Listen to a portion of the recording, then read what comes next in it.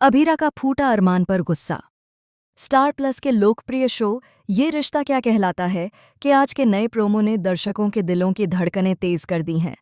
इस प्रोमो में हमें देखने को मिलता है कि अभीरा का गुस्सा इस बार हद से ज्यादा बढ़ चुका है। वह अब अपने जज्बातों को छिपाने की कोशिश नहीं करती, बल्कि पूरे जोश और गुस्से के साथ अरमान से अपने दिल की बात कह देती है। दरअसल कहानी की शुरुआत होती है उस पल से जब अरमान अभीरा का फ़ोन चेक करता है। वो उसे शक की नज़रों से देखता है, जैसे उसके भरोसे की नींव हिल चुकी हो। अरमान के इस कदम से अभीरा पूरी तरह टूट जाती है। उसकी आंखों में दर्द साफ झलकता है, लेकिन उस दर्द के पीछे अब गुस्से की आग जल रही होती है। वह अरमान से पूछती है, क्या तुम्हें मुझ पर अब भी भरोसा नहीं है? क्या हर बार मुझे खुद को सही साबित करना पड़ेगा?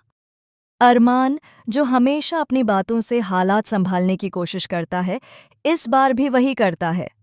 वह धीरे से बोलता है, अभीरा, मेरा ऐसा मतलब नहीं था। मैंने बस यूं ही फ़ोन देखा। लेकिन अभीरा इस बार उसके बहाने सुनने के मूड में नहीं है।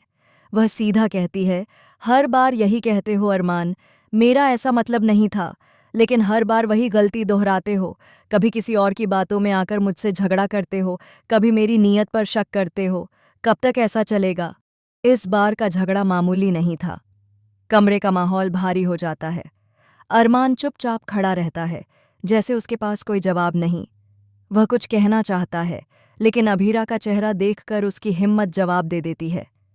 अभीरा की आंखों में आंसू हैं, लेकिन उनमें अब कमजोरी नहीं, बल्कि दृढ़ता है। वह धीरे धीरे अरमान के पास जाती है, उसके हाथ में रखा सेब उठाती है और बिना कुछ कहे उसे खा लेती है। अरमान हैरान होकर देखता रह जाता है।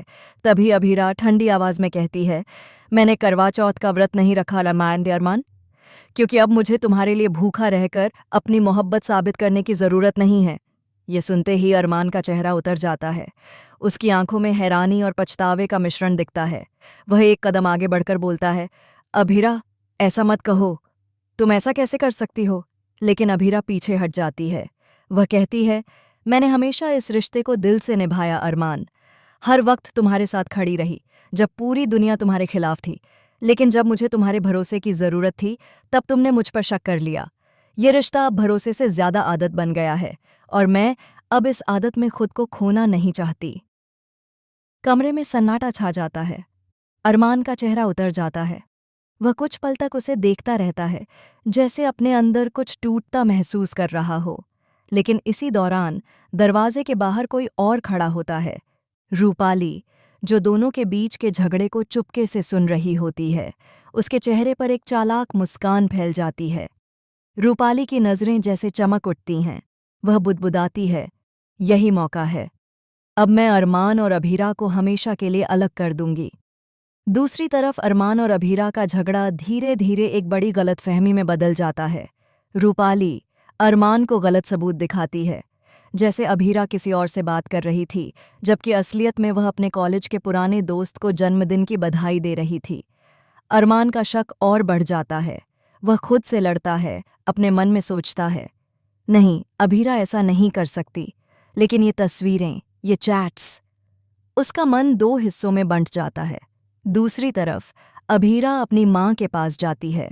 वह रोते हुए कहती है, माँ, मैं अब नहीं जानती कि इस रिश्ते को कैसे संभालूं। हर बार जब मैं उसे माफ़ करती हूँ, वह फिर वही गलती दोहराता है। मैं थक चुकी हूँ। उसकी माँ उसे गले लगाती है और कहती है, बेटा, प्यार में सिर्फ भरोसा ही सब कुछ होता है।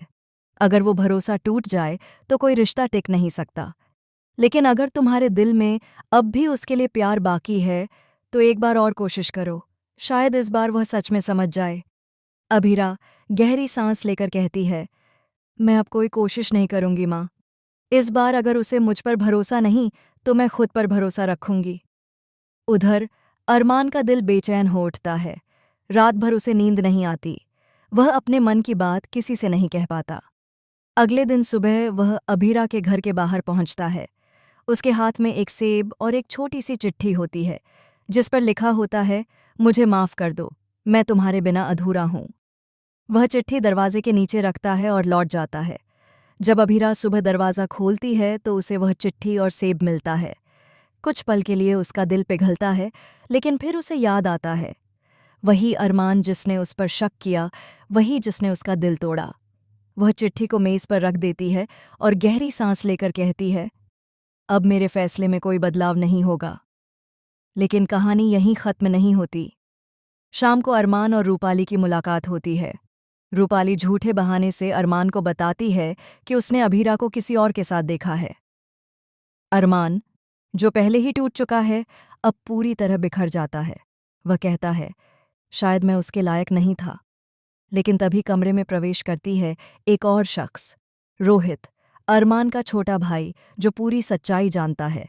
वह रूपाली पर चिल्लाता है, बस करो रूपाली, कब तक तुम हमारे परिवार की खुशियों से खेलती रहोगी? ये सारी तस्वीरें, चैट्स तुमने ही तो एडिट की हैं। अरमान हैरान रह जाता है। उसे यकीन नहीं होता कि वह इतनी बड़ी साजिश का शिकार बन गया है। वह गुस्से में उठता है और कहता है, मैंने अभीरा पर शक करके सबसे बड़ी गलती की। उसने हमेशा मुझे सच्चा प्यार दिया और मैंने उसे दर्द दिया। वह तुरंत अभीरा के पास पहुंचता है, लेकिन इस बार